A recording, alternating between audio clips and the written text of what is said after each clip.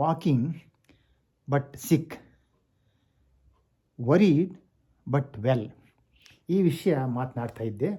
ಅದರೊಳಗೆ walking but ಸಿಕ್, ಚೆನ್ನಾಗೇ ಇದ್ದಾರೆ, ನನಗೇನು ತೊಂದರೆ ಇಲ್ಲ ಅಂತಂದರು. ಆದರೆ ಅವ್ರ ಮಿಸ್ಸಸ್ ಹೇಳಿದ್ರು, ಯಾಕೋ ಒಂದು ಸ್ವಲ್ಪ ಯಾಕೋ ಹಿಂಸೆ ಪಡ್ತಿದ್ದಾರೆ, ಅವ್ರಿಗೆ ಗ್ಯಾಸ್ ಆಗಿಬಿಟ್ಟಿದೆ. ಗ್ಯಾಸ್ ಅನ್ನೋ ಪದ ಒಂದು ರೀತಿ ಹಾಸ್ಯಾಸ್ಪದ, ಅದು ಒಂದು ರೀತಿ ತಮಾಷೆ ಮೆಡಿಕಲ್ ಫೀಲ್ಡಲ್ಲಿ. ಗ್ಯಾಸು ಅಂದ್ಕೊಂಬರ್ತಾರೆ, ಬಟ್ ಬೇರೆ ಏನೋ ತೊಂದರೆ ಇರ್ತದೆ. ಗ್ಯಾಸ್ ಅಲ್ಲ, ಗ್ಯಾಸ್ಟ್ರೈಟಿಸ್ ಅಂದರೆ ಒಂದು ರೀತಿ ಡಿಸ್ಪೆಪ್ಸಿಯಾ ಅಂತ, ಅಸಿಡಿಟಿ ಅಂತ ಹೇಳ್ಬೋದು. ಅವಸರವಾಗಿ ಊಟ ಮಾಡಿದ ತಕ್ಷಣ ಮಲಗಬಾರ್ದು. ಇದ್ರ ಬಗ್ಗೆ ಅವರಿಗೆ ನಾವು ತಿಳುವಳಿಕೆ ಕೊಡ್ತೀವಿ. ಅದು ನಾನು ಇನ್ನೊಂದು ಕಾರ್ಯಕ್ರಮದಲ್ಲಿ ಪ್ರತ್ಯೇಕವಾಗಿ ನಾನು ಹೇಳ್ತೇನೆ. ಈಗ ನಾನು ವಾಕಿಂಗ್ ಬಟ್ ಸಿಕ್ ಅನ್ನೋದ್ರ ಬಗ್ಗೆ ನಾನು ಮಾತನಾಡ್ತಿದ್ದೆ. ಅವರಿಗೆ ECG, ಅವರಿಗೆ ಹೃದಯದ ತೊಂದರೆ ಇದೆ. ವಾಕಿಂಗ್ ಬಟ್ ಸಿಕ್, ಅವರು ಚೆನ್ನಾಗಿ ಓಡಾಡ್ಕೊಂಡಿದ್ದಾರೆ, ಆದರೆ ಅವರಿಗೆ ಆರೋಗ್ಯ ಸರಿ ಇಲ್ಲ. Early diagnosis and proper treatment, ಸರಿಯಾದ ಸಮಯಕ್ಕೆ ಸರಿಯಾದ ಚಿಕಿತ್ಸೆ. ರೆಸ್ಟಿಂಗ್ ECG, ಚೆನ್ನಾಗಿದ್ದಾಗ, ಒಂದು ರೀತಿ ವಿಶ್ರಾಂತಿಲಿದ್ದಾಗ ECG ತೆಗೆದ್ರೆ ಅದು ನಾರ್ಮಲ್ ಇರುತ್ತೆ. ಅದಕ್ಕೋಸ್ಕರ ಏನು ಮಾಡ್ತೀವಿ, ಈಕೋಕಾರ್ಡಿಯೋಗ್ರಾಮ್ ಅಂತ ಮಾಡ್ತೀವಿ.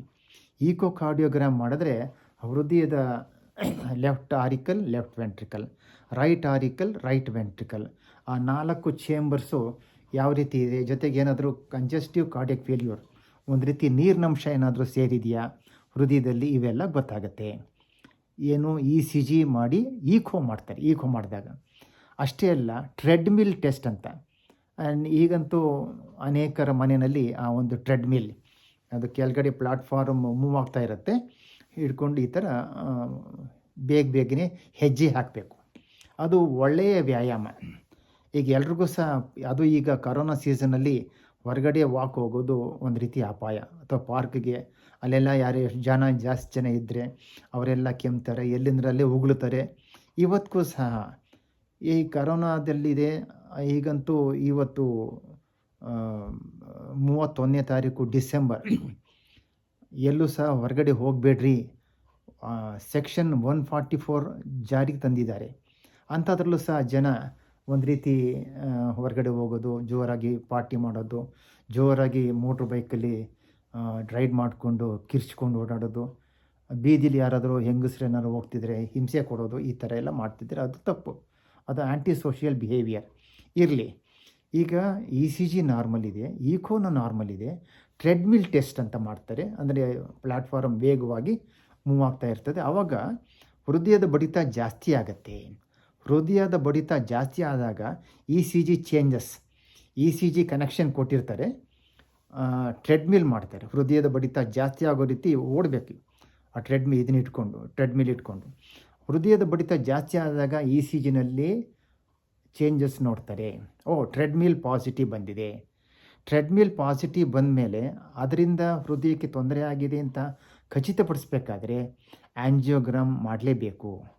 ಆ್ಯಂಜಿಯೋಗ್ರಾಮ್ ಅಂದರೆ ಏನು, ಅದನ್ನು ಕ್ಯಾತ್ ಲ್ಯಾಬ್, ಹೃದಯದ ಆಸ್ಪತ್ರೆಗಳಲ್ಲಿ, ಜಯದೇವ ಆಸ್ಪತ್ರೆ, ಫೋರ್ಟಿಸ್ ಆಸ್ಪತ್ರೆ, ಅಪೋಲೋ ಆಸ್ಪತ್ರೆ, ಈಗಂತೂ ಬೇಕಾದಷ್ಟು ಆಸ್ಪತ್ರೆಗಳಲ್ಲಿ ಆ ಒಂದು ಆ್ಯಂಜಿಯೋಗ್ರಾಮ್ ಮಾಡ್ತಕ್ಕಂಥ ಸೌಲಭ್ಯ ಇದೆ. ಕೈನಲ್ಲೇ ಇವಾಗ ರೇಡಿಯಲ್ ಆರ್ಟ್ರಿ, ಇಲ್ಲಿ ರೇಡಿಯಲ್ ಆರ್ಟ್ರಿ ನಾಡಿ ನೋಡ್ತೀವಲ್ಲ ವೈದ್ಯರು, ಅಲ್ಲಿ ಅದಕ್ಕೆ ಕೊಡ್ತಾರೆ ಇಂಜೆಕ್ಷನ್ ಕೊಟ್ಟು. ಅಥವಾ ತೊಡೆಯ ಒಂದು ಫಿಮರಲ್ ಆರ್ಟ್ರಿ, ಅಲ್ಲಿಗೆ ಇಂಜೆಕ್ಷನ್ ಕೊಟ್ಟು, ಅಂದರೆ ಒಂದು ರೀತಿ ಬಣ್ಣ ಅಂತಂದರೆ ಬಣ್ಣ ಅಂತಲ್ಲ, ಒಂದು ಮೆಡಿಸಿನ್ ಕೊಟ್ಟು, ಅದು ಹೃದಯದ ರಕ್ತನಾಳಗಳಲ್ಲಿ ಸಂಚರಿಸುವಾಗ ಯಾವ ಹೃದಯ ನಾಳ, ಕರೋನರಿ ಆರ್ಟ್ರೀಸು ಅದಕ್ಕೆ ತೊಂದರೆ ಆಗಿದೆ, ಅದಕ್ಕೆ ಅಡಚಣೆ ಉಂಟಾಗಿದೆ ರಕ್ತ ಸಂಚಾರಕ್ಕೆ, ಅಥವಾ ಒಂದು ರಕ್ತನಾಳ 70% ಬ್ಲಾಕ್ ಆಗಿದೆ, ಇನ್ನೊಂದು ರಕ್ತನಾಳ 90% ಬ್ಲಾಕ್ ಆಗಿದೆ, ಈ ರೀತಿ ಒಂದು ಖಚಿತವಾದಂಥ ಒಂದು ತೀರ್ಮಾನಕ್ಕೆ ಬರ್ತಾರೆ ಹೃದಯದ ತಜ್ಞರು.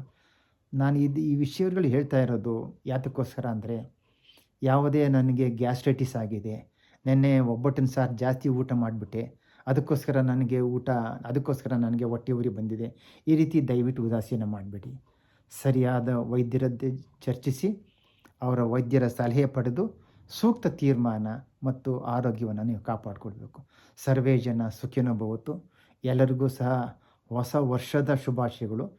2021 ಹೊಸ ವರ್ಷದ ಶುಭಾಶಯಗಳು, ಹೊಸ ದಶಕದ ಶುಭಾಶಯಗಳು.